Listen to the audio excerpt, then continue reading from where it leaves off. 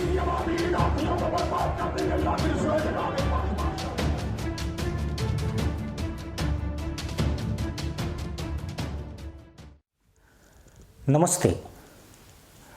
पाकिस्तान में आज फिर वही हुआ जो पिछले 3 सालों में एक खामोश लेकिन खतरनाक पैटर्न बन चुका है। लाहौर, जिसे कभी सुरक्षित गढ़ माना जाता था, वहीं दिन दहाड़े एक ऐसा नाम गिरा जो दशकों से भारत की सुरक्षा एजेंसियों की सूची में था। आमिर हमजा, एक ऐसा चेहरा जो परछाइयों में रहकर खेल खेलता था, आज खुद खुले मैदान में निशाना बन गया। अज्ञात हमलावर आए, सटीक हमला किया और बिना कोई सुराग छोड़े गायब हो गए।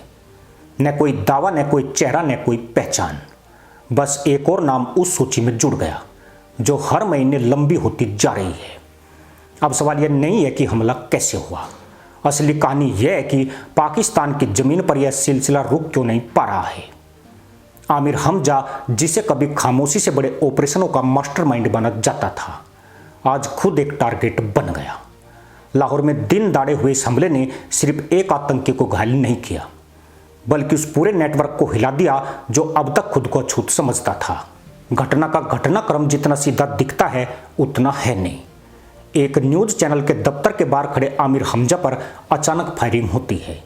हमलावर आते हैं, गोलियां बरसाते हैं और बिना कोई निशान छोड़े गायब हो जाते हैं। कोई सीसीटीवी फुटेज नहीं, कोई दावा नहीं, कोई संगठन सामने नहीं, बस एक सटीक हमला जैसे किसी ने पहले से हर सेकंड की प्लानिंग कर रखी हो। हमजा को कई गोलियां मारी गई और उसे आनन फानन में अस्पताल ले जाया गया, जहां वह होरों से मिलने के लिए छटपटा रहा है। उसकी हालत गंभीर बताई जाती है, लेकिन असली कहानी अस्पताल के अंदर नहीं बल्कि बाहर शुरू होती है, जहां खामोशी सबसे बड़ा सुराग बन चुकी है।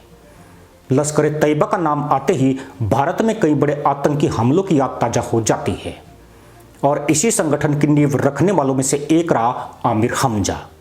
लंबे समय तक हाफिज सईद का बेहद भरोसेमंद चेहरा, लेकिन आज वही नेटवर्क अपने लोगों की सुरक्षा नहीं कर पा रहा है। यह वही पाकिस्तान है जिसे कभी आतंकी संगठनों के लिए सेफ हेवन कहा जाता था, जहां प्लान बनते थे, ट्रेनिंग होती थी और ऑपरेशन लॉन्च होते थे। लेकिन अब उसी जमीन पर इन संगठनों के लोग खुद निशाने पर हैं। अगर पिछले 3 सालों के आंकड़ों को देखें तो तस्वीर और डरावनी हो जाती है। 2022 से 2025 के बीच कम से कम 15 से 20 बड़े आतंकी चेहरे रहस्यमयी हमलों में मारे जा चुके हैं या गंभीर रूप से घायल हुए हैं। इन हमलों में कॉमन पैटर्न है: अज्ञात हमलावर, क्लोज रेंज शूटिंग और फिर बिना कोई क्लेम किए गायब हो जाना। कई मामलों में बाइक सवार शूटर आए, कुछ सेकंड में काम किया और भीड़ में खो गए। पाकिस्तान की पुलिस हर बार जांच जारी है कहती रही, लेकिन न कोई गिरफ्तारी, न कोई ठोस सुराग। सवाल यह नहीं है कि ये हमले हो रहे हैं, असली सवाल यह है कि इतने सटीक तरीके से कौन कर रहा है। पाकिस्तान बार बार उंगली भारत की ओर उठाता है, टारगेट किलिंग का आरोप लगाता है, लेकिन हर बार सबूत के नाम पर खामोशी ही सामने आती है।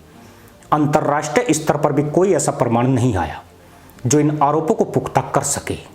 इसके उलट कई सुरक्षा विशेषज्ञ मानते हैं कि यह अंदरूनी लड़ाई भी हो सकती है, जहां पुराने नेटवर्क नए गुटों से टकरा रहे हैं। आमिर हमजा का मामला इसलिए और भी दिलचस्प हो जाता है। 2018 के बाद से उसके जमातुद दावा और फलाह इंसानियत फाउंडेशन से दूरी की खबरें आई थी। वित्तीय गड़बड़ियों के आरोप लगे और उसने कथित तौर पर जैसे मनखपा नाम से अलग गुट बना लिया। यानी वह अब सिर्फ एक पुराना कमांडर नहीं था, बल्कि एक अलग पावर सेंटर बन चुका था। ऐसे में उसके दुश्मनों की लिस्ट लंबी होना तय था, चाहे वह पुराने साथी हो या नए विरोधी। लेकिन कहानी यही खत्म नहीं होती। पाकिस्तान के अंदर सुरक्षा एजेंसियों की भूमिका भी सवालों के घेरे में है। क्या यह संभव है कि कुछ अनकंट्रोल्ड एसेट्स को चुपचाप खत्म किया जा रहा हो?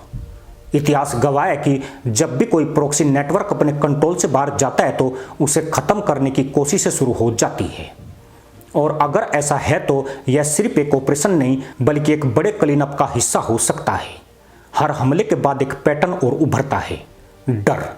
वो डर जो पहले सिर्फ टारगेट देशों में होता था, अब पाकिस्तान के अंदर इन संगठनों के बीच फैल चुका है।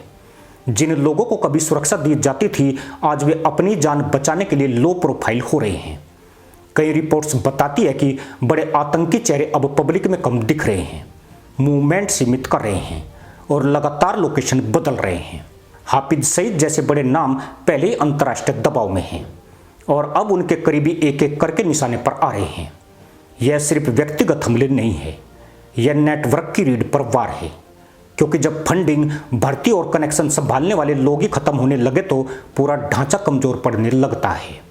आमिर हमजा पर हुआ हमला इसी बड़े बदलाव का संकेत देता है। यह दिखाता है कि अब खेल बदल चुका है।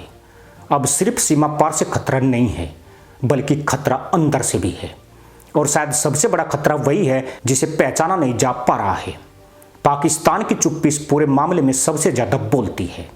अगर यह सिर्फ एक क्रिमिनल एक्ट होता तो अब तक कोई ना कोई सुराग सामने आ जाता, लेकिन यहां हर बार की तरह सन्नाटा है, जैसे कोई सच छुपाया जा रहा हो या फिर कोई ऐसी ताकत काम कर रही हो जिसे उजागर करना आसान नहीं।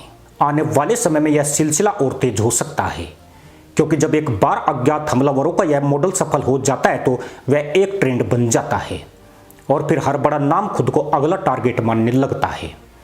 आज पाकिस्तान की जमीन पर जो हो रहा है वह सिर्फ एक देश की आंतरिक समस्या नहीं है, यह उस पूरी रणनीति का उल्टा असर है जो सालों तक दूसरे देशों के खिलाफ इस्तेमाल की गई।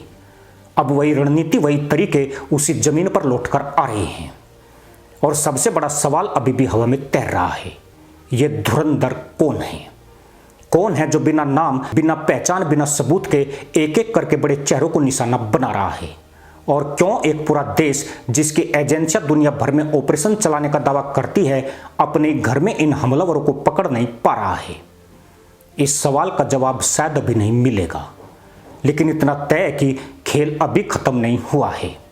यह तो बस शुरुआत है, एक ऐसे साए की जो दिखता नहीं लेकिन हर बार सटीक करता है। इसी के साथ अनुमति दोस्तों, जय हिंद, वंदे मातरम।